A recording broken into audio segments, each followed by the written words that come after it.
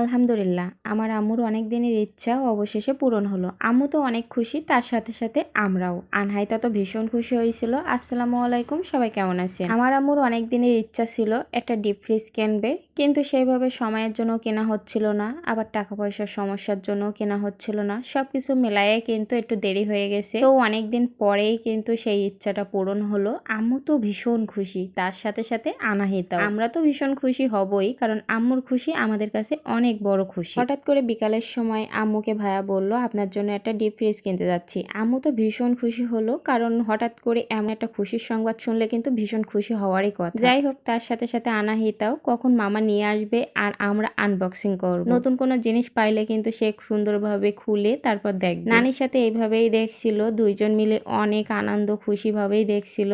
আমি তার সাথে সাথে একটু ভিডিও করে কিন্তু স্মৃতিবন্দি করে রাখলাম। আর অনেক দিনের ইচ্ছা তো, এই জন্য আর কি। যেটা সত্যি কথা, মধ্যবিত্তদের সামান্য জিনিসে কিন্তু অনেক খুশি হয়, কারণ অনেক দিনের আশা আকাঙ্ক্ষা থাকে, অল্পতেই খুশি হওয়ারই কথা। অনেকদিন পরে কিন্তু সেই স্বপ্নটা পূরণ হয়। এদিকে আনাহিতা তার নানি মিলে শুধুই দেখছিল আর শুধুই বলছিল কালারটা অনেক সুন্দর। আর ভাইয়া কিন্তু সবসময় কালোর ভিতরে বা এরকম সিম্পলের ভিতরে সবসময় পছন্দ করে, তো তেমনই নিয়ে আসছিল। তো যাই হোক, আমরা তো ফ্রিজ কিনতে যাইনি, ভাইয়া আর আপু মিলে কিনতে গেছিল। আমি গ্রামে ছিলাম, এই জন্য আর যাওয়া হয়নি। আমি যদি সাতক্ষীরায় থাকতাম অবশ্যই ফ্রিজ কেনার সময় থাকতে পারতাম, তো থাকতে পারলাম না। এই জন্য আমি আম্মুদের এখানে ছিলাম, মানে গ্রামের বাড়িতে, এই জন্য আর থাকা হয়নি। আনাহিতা এদিকে বলছিল, আম্মু আমাকে এবার কিন্তু আইসক্রিম বানাই দিতে হবে, কারণ আমাদের যে ফ্রিজটা আছে সেটাই কিন্তু সেইভাবে আইসক্রিম বসে না, এই জন্য ডিপ ফ্রিজটা বেশি ইমার্জেন্সি কেনা হলো। তো যাই হোক, ফ্রিজটা অনেক সুন্দর ছিল। আমার এই ভিডিওটা আপনাদের কাছে কেমন লাগলো অবশ্যই কমেন্টে জানাবেন, আর শেয়ার দিয়ে অবশ্যই পাশে থাকবেন। আল্লাহ হাফেজ, সবাইকে অনেক ধন্যবাদ।